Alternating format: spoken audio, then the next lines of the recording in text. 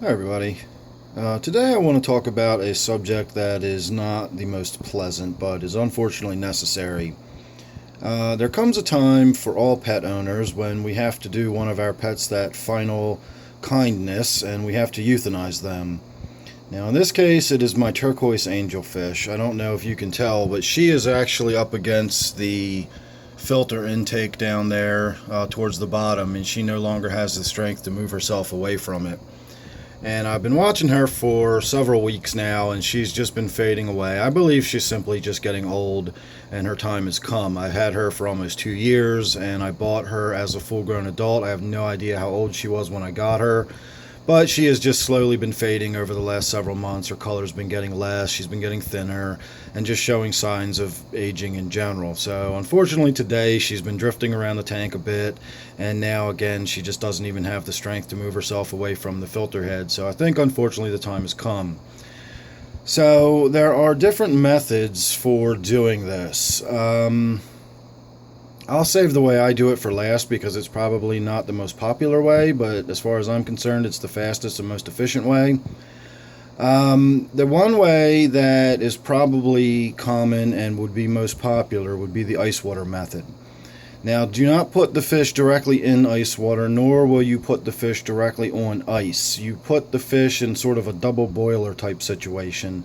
You will either bag the fish or put the fish in a glass or a bowl of water, and then put that into a bath of ice water, and that will gradually lower the water that the fish is in. And once you've gotten to the point where you've seen all gill function still for 10 minutes minimum, no gill function at all for 10 minutes, then you can assume the fish is dead at that point.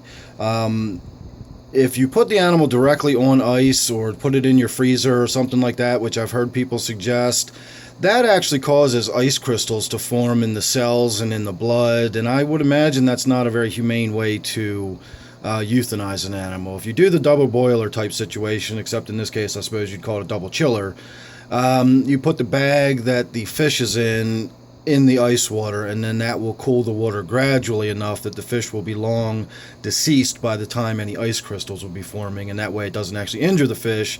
It just slows their metabolism down until eventually they're no longer with us. It's a very humane way of doing it if that's the way you choose to do it. There is a way you can choose to do it using clove oil. I've never done it that way. I have looked into it. I do know that there are steps to it. It's not just a matter of putting some clove oil in the water and that's that. So I'm not going to go into how to use clove oil because I don't know the details. I've never done it myself.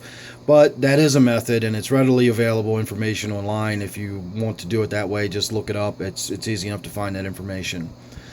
The way I do it, which again is probably the least popular, is I do the blunt trauma method, which is simply once I scoop the animal out in a net, I'm going to go over into the other part of my basement where I've got a concrete floor, and I'm simply going to smack her against the floor really, really hard, and it will be instantaneous. She'll never know it was coming and won't feel a thing, and it's just over.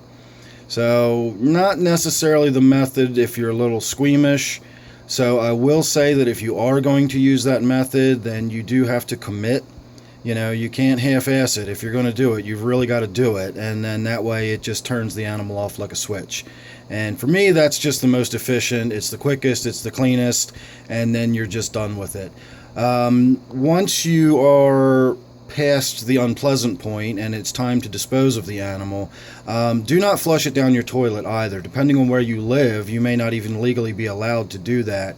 Depending on where your wastewater goes and what types of other systems it may flow into, it's just you never know what may contaminate what, or what parasites may get sent where, etc. So I don't recommend flushing animals down the toilet. I really do suggest that you just wrap them up in a paper towel or something and dispose of them in your your trash can with all your household trash, or if you prefer to bury them or something like that, that's certainly up to you as well.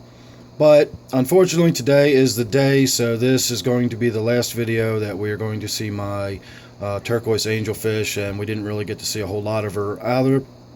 Anyway, excuse me. If you do want to see her in all her glory, you can certainly check out my 29-gallon playlist, which is the tank we're looking at now. And I do have a lot of video of her when she was younger and more vibrant and actually glowed a turquoise color. She was absolutely beautiful when she was in her prime. So, sad video, I'm sorry for it, but unfortunately it's one of those topics that needs to be discussed occasionally, and this was a good opportunity for me to do that. I've been wanting to do a video like this for a little while now. So she has given me one final service in her passing, and I will be doing her final kindness today. So thanks for watching. Sorry for the bummer. Please subscribe if you're not already. You never know what you're going to get with me, including videos like this. So thanks again for watching, and I'll see you real soon on the next video, and hopefully it will be a lot more pleasant.